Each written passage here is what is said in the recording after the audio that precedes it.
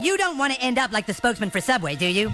Did you just use a term that excludes women from an occupation? Okay, let's back up. Ah! Did you just say spokesman instead of spokesperson when women are just as capable of selling sandwiches as anyone? Are you purposefully trying to use words that assert your male privilege? Welcome back to Thinking Critical. This is Wes, and there's an article in bleedingfool.com today called "The Comic Industry No Longer Has a Blacklist." It actually has two. Thought it was interesting. Obviously, there was an article quite a while ago about the Whisper Network and went into details. I talked about that on the channel. I'll definitely link that into the video if you want to go back and check that out if you haven't seen that one yet. But I'm not going to get so much into the Whisper Network details. I think that's all been confirmed. There essentially is a Whisper Network that tries to influence the industry and things like that behind the scenes. Actually, I'm certain there's quite a few of them, but there's one specifically that uses like accusations and things like that to intimidate people. Now, this article is pretty interesting, and I want to say up front, I am friends. Well, not friends. I'm friendly with the editor of Bleeding Fool. Chris is a good guy. I've had him on the channel here before. I've written a few articles for him in the past, not recently, but it's not because I don't like Chris or Bleeding Fool. I ran out of time. The channel was consuming so much time, I just didn't have time to write articles anymore. Hopefully, maybe in the future I'll be able to do some more of that. We shall see, but that is not what this is about. So I did want to say that about my relationship with Bleeding Fool. And I will talk about this article. There are definitely some things that I've heard, and I can pretty much confirm that they're true. And then there's some other stuff that I hadn't heard, but the information that I have had certainly confirms that I imagine that would have been the response to some of these scenarios that apparently happened behind the scene. Now, I don't have all the sources in the world when it comes to the comic book industry. I have a handful of very reliable sources that have given me information over the years. Now, and there's other people that I've been told are blacklisted that aren't mentioned in the article, and I'm not going to go into the details why, but there is definitely blacklisting that goes on within the comic book industry. Now, is there an official list? Absolutely not. And they go into the article. There's not an official laminated list that says these are the people we will not work with. It's an unofficial blacklist. And I don't think there's two separate blacklists. I don't think there's like, well, this is the blacklist for the conservatives and this is the blacklist for the progressives. I think it's just these are the people that we no longer want to be associated with for whatever reason. Some of it could be work habits, work rate. Some of it could be hassles, created by online, maybe be too outspoken one way or the other. Now, the article does go into a few people specifically. The main person that's talked about in this is Alex DeCampy, who was prominently featured in the previous article about the Whisper Network. And they ended up mentioning the Campy Clause, which I'll get to.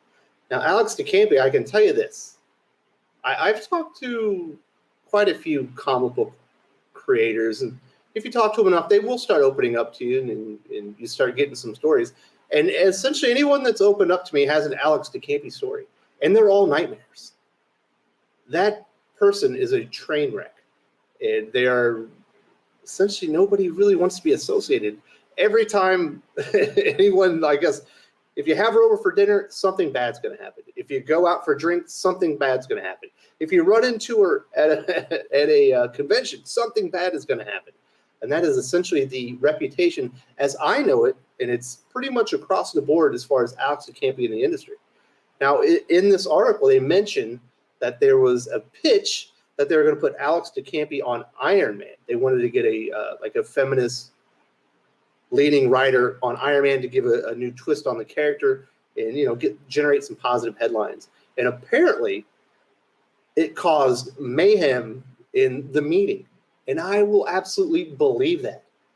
There are people that are you would think they are essentially very powerful. So many levels above what Alex DeCampy is as a creator and as far as an influence within comic books that are petrified of Alex DeCampy. Creators that you'd be like, oh, wow, this is one of the most influential creators. They have the carte blanche. They could do what they want. No, everybody is worried about Alex Campy, especially if you have word or there are persistent rumors that maybe your name is on the list. And there apparently is a list, and it's quite extensive, about people and how they would want to attack them in the future. So it does not surprise me if you brought up that we want to bring Alex Campy into the Marvel fold, that people would have lost their minds.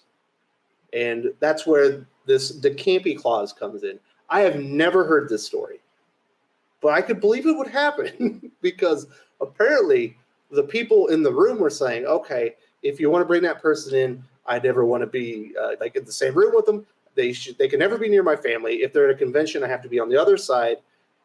And basically, I don't ever want to have contact with this person because they're so toxic within the industry. Because they will literally use anything, that person will use anything to try and sink people. And I guess, in some people's minds, if they can go and they can grab a scalp and take them down, in their minds, they're being raised up. But when you have a reputation like that and you're not exactly the most talented creator in the world, those things don't matter. You're never going to rise up yourself. You're just sinking all these other people, for your own personal. It's not even gain. It's almost like it's a game or fun at this point. That's one of the weird things about that Whisper Network and how much power they truly have. Because when you start looking into the names that are part of it, for the most part, they're not prominent. They might have been prominent at one time, but they're not very prominent anymore. They're not big name creators. They're not getting a lot of work at Marvel. They're not getting really work at DC. Here and there, I think every once in a while they try to, throw out a lifeline or whatever, and then, essentially they get burned a lot.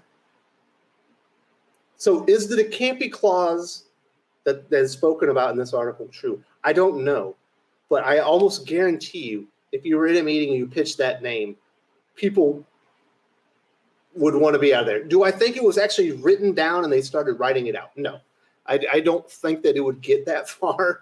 That almost would seem ridiculous. I think just to push back enough probably would have been enough. And it's saying that happened back in 2017. There's some other names that are mentioned pseudo along with this idea of blacklisting because they were maybe too outspoken, too far left, attacking too many people on social media and whatnot. One of the names is Max Assagio, obviously a transgender creator, has worked at Marvel and DC. For as much publicity and a lot of people know who Max Assagio is. If you look at her career, I don't think she's really ever had an ongoing series. I think she might have had one, but her work, while it's certainly it heated up after all the controversy with Richard Meyer and the amount of videos and content he was doing based on her, on his back in the day when it was diversity in comics.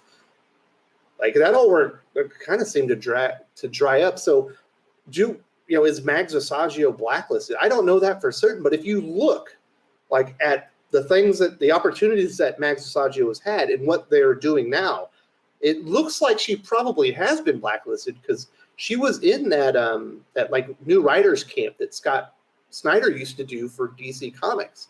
And a lot of writers have come out there, a lot of prominent writers. Philip Kennedy Johnson, the guy the new writer on Superman in Action, he came out of that workshop. I believe James Tynion was a member of that workshop. If he wasn't, he was certainly a student of Scott Snyder's at his university gig where he would teach writing. But I think he was also a member. I think Joshua Williamson might have been. I might be wrong on that one. He might not be. But there's some very prominent writers, and a lot of them got work specifically with DC Comics after that. And Max Assagio certainly did. She was in the new artist special, the new creator special that they would do with the graduates of that class would put out a book with a bunch of anthologies. And then she got an Eternity Girl miniseries. She was a DC Halloween anthology. And then recently there was a Jenny Heck special. But I think that Jenny Heck special, I think that was pitched in they were working on it when Brian Michael Bendis was starting his Wonder Comics line. I don't think that was completed recently. That was kind of old work. So she really hasn't gotten much work at DC as you would expect someone that went through Scott Snyder's class and being a graduate of that. Although the Jenny Heck special is certainly more recent, but I don't think that was new work. And then over at Marvel, She got the Dazzler one shot. She got like a Miss Marvel annual. I think she wrote an anthology here or there, but she hasn't worked there for like 2018 either.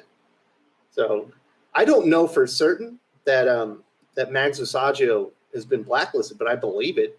Just if you look at the output and the work that she gets at the big two. Another name that's in there is Heather Antos. I've been told by a couple of sources that she was warned repeatedly to tone down the antics on Twitter and social media because she was becoming a headache. But not only that, her work wasn't all that strong either. Like, she had some work habits that weren't necessarily positive as far as the output and the quality of work that was going through her desk as when she was an assistant editor at Marvel. And that's why they kind of let her go. And I've been told specifically that the reason she still has support among people like at Marvel is because the right people don't like her. Because she bothers the right people, they don't come out and be like, yeah, she was kind of incompetent during her time at Marvel. And on top of that, she was a pain in the butt with her antics on social media and always digging at people and trying to cause ruckus here and there. And so is Heather Antos blacklisted? I believe it too. I haven't heard that specific word, but it was heavily hinted. She ain't ever working at Marvel again. And I don't think she's ever working at DC Comics either. Another name mentioned in there is Chuck Wendig. And you know what? It kind of all adds up when you start looking at these people. And I've got some other names that aren't in the article, but if you look at those, that there likely is a blacklist. Like I said, it's not a formal blacklist, but it's people, the overlying narrative associated at least with Marvel is that they're pushing all these progressive ideas and this progressive agenda. And you basically have carte blanche as long as you have the right beliefs. But if you look at the actual evidence of the people that aren't getting work there, that fall in line with those ideas, and that's kind of what they use their platforms for. Like a lot of them aren't getting work there. Not all of them. There are people that that are on social media and kind of fit into that framework, but they're not out there like taunting, intimidating people. Like Chuck Wendig, he's never going to work in Marvel again. He was repeatedly going out there and messing with customers online and berating them and stuff like that. And then as soon as he had the lick my boot heel with feces on it, he was showing the curb. He's not coming back, and it's a good thing because he was a terrible writer. Did you ever read his Star Wars novels? They were awful, but he wasn't much of a comic writer either. And I think they were glad to get rid of him because he was a headache. He wasn't worth the hassle. And it didn't really matter what his ideology was. He was a pain in the ass. And then there's some other people, like if you go and Google search Cena Grace Marvel, like Burns Marvel Bridge, when Cena Grace left Marvel, he did not have nice things. And you think, Cena Grace was the Iceman writer for both of the two series. It ended up being miniseries. I don't think they were pitched that. The first run was 10 issues. The second run, I believe, was 5. But as far as Cena Grace was concerned, despite the online bullying that he perceived that he was receiving, and he says that there were employees at Marvel that saw it and approached him, and they were giving him like tips, but he didn't feel like they were standing behind him. And also they didn't want to promote his Iceman book because they didn't want it to be too gay and they was going to be canceled anyway. So you would think, if that was Marvel's agenda, they would be kind of hard in the paint on Cena Grace, and that really wasn't the case. Did they overship the first issue of Iceman? Yes, they did. They shipped a lot of Iceman #1.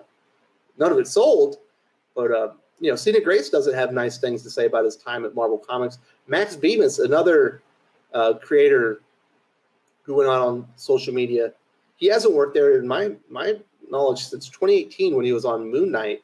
He obviously wrote Doug Ernst, essentially as a de facto villain in Moon Knight, who's been a detractor of Max Bemis and more famously Dan Slott in the past at Marvel Comics and their work. He came out and said some very not nice things. We know for certain that C.B. Cebulski sat him down. Maybe he didn't sat him down, but they had a conversation, more likely over the phone, but he might have sat him down. But he told him, you can't do this. Like, you can't tell customers to kiss your rear end, on social media. It's not good for the business, and it's against our policy. And he's gone. He hasn't had work in almost 3 years now. Another name, Alice Cott. Do you remember Alice Cott? Like, that was a rising star at Marvel. They were getting a lot of work there for a while, like Secret Avengers of Bucky Barnes, Winter Soldier kind of series, and it felt like they were earmarked for big things. Absolutely nuts on social media about progressive agendas. No work at Marvel, I believe, since, was it 2015? So like over 5, come up on 6 years that they cut ties with Alice Cott and moved on. And you can almost directly like tab that back to kind of their behavior online. Another one, Gabby Rivera, famously brought in to revive the America Chavez. Well, I guess it was introduced the America Chavez character that was taking over the mantle of, I believe, Miss America, who was a long-standing Marvel like female heroine. I think they were excited that they were getting a Latinx, LGBTQ plus creator on that series. Gabby Rivera was a nightmare, was a train wreck on social media. Crazy. Hasn't had work since that series ended in 2018. Now, were there sales? No, there really weren't sales. But I imagine Alice Cott had better sales than Max Venus, I think, probably had better sales than Cena Grace and Gabby Rivera. So, if you look at it, I know there's this idea that Marvel is just out there to, Marvel and Disney are just out there to push the progressive agenda. And I do think they embrace things like that, and they would like to push those things if they have the opportunity. But they don't do it exclusively at the cost of business or maintaining relations with customers. They certainly seem to have more wiggle room and more forgiveness if you're on one side or the other, in my personal opinion, from what I observed. But it's not, you don't have carte blanche. There's a line. And a lot of these creators that I just mentioned, and the ones that were mentioned in the article, Alex the Campy, Max Assagio, Heather Antos, Chuck Wendig, certainly cross those lines, and it appears they no longer get work at Marvel. You're not going to see, apparently, Max Assagio working at DC anymore. I don't think you'll ever see Heather Antos or Chuck Wendig, asked to go over to DC, or Alex the Campy, because of their reputations and the way that they're viewed throughout the industry. And it's not nice. A lot of people don't come out here and talk about these people because, they're on the right side, the side that they agree on. But behind the scenes, they don't like them either. No one likes those people. Obviously, that's not completely across the board, but a lot of people have very negative impressions. Max Assagio going out on social media and trying to score virtue signaling points on Sean Gordon Murphy did not go over well. That was not well received behind the scenes. Sean Gordon Murphy is one of the nicer creators in the entire industry. People like him, and it's not because he's super talented. It's not because he draws a lot of money, and he certainly does those. But he's genuinely, from what I understand, a really nice guy. And he does a lot of things for new creators, and was certainly trying to do a lot of things for Mags behind the scenes. People did not appreciate the way that the Mags kind of tried to throw him under the bridge. There's also some stuff where it kind of goes in talking about Rich Johnston and Heidi Mcdonald. Rich Johnston obviously is Bleeding Cool. Heidi Mcdonald is the Comics Beat. They're behind those two comic book websites. I don't personally know either of them. I've heard not nice things about them. Now, do I think that Alex the Campy has a direct line to Rich Johnston and Heidi Mcdonald? Probably. It sort of seems like that's probably the case, but I don't know that specifically. I've never had that one confirmed, or I've never even asked anybody about that because I know that Rich uses his website to push a lot of viewpoints and tries to frame a narrative for certain people that will give him information, feed him scoops and things like that. And I don't know so much about Heidi in the Comics Beat. That site seems a lot less, I don't know, relevant right now. Not that Bleeding Cool's the most relevant thing ever, but does anyone even talk about Comics Beat anymore? Not really. I do know specifically there are campaigns behind the scenes, like in Facebook groups and stuff like that, where they will get together and be like who's a creator that we need to support? Like if you go and read we'll just, because we mentioned the name before, Max Assagio. You go read like a Max Assagio, not Ginny Hex, because that was actually a pretty good comic book, but some of her other works, they were kind of all lackluster. If you go and look at the ratings on those, they're almost all sterling. Like we're talking, over 9.9, 9.5, stuff like that, where you're talking like highest, quality comic books. And then when you see like the customer ratings, if you look at the aggregate at like comicbookroundup.com, you look at the customer rating and it's lower, but it's still pretty darn good. But if you go in there, you'll see there's like campaigns. Like the only people that will have anything actually to say will be really low ratings, because they're the ones that read the book. And then you just have a bunch of people that just went in there and storm it with like 10-point scores to pump up the ratings on some of these preferred comic writers or creators that are seen as maybe they're not a good writer, but people aren't nice to them, so we need to show them some love. And there are definitely organized campaigns to go in there and bump up ratings. It's certainly quite apparent that a lot of comic book reviewers aren't being completely honest about the quality of a lot of these comic books, especially if you go into comic book roundup. It's pretty embarrassing once you start seeing some of those comics. Go look at that Batgirl 50. You'll even see people that scored that comic pretty high, and that's one of the worst comics I've ever read in my life. Breen, who's been reading comics longer than I've been alive, and I'm not a young man, said it's the worst comic he's ever read in his life. That was terrible. It was atrocious. There are people out there that gave it a high score just because they want to support Cecil Castellucci and what she kind of stands for. So that definitely happens. There are definitely organized things like that. Now, our Rich Johnson and Heidi Mcdonald in on it, I imagine they're part of the game, but I can't confirm that.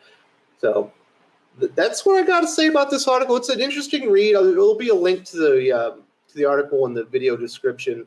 I'll probably it'll be in there, and I'll get some excerpts and stuff. But go read up for it for yourself. But I believe it. Do I think there are two separate blacklists? No, I don't think there's a need for it.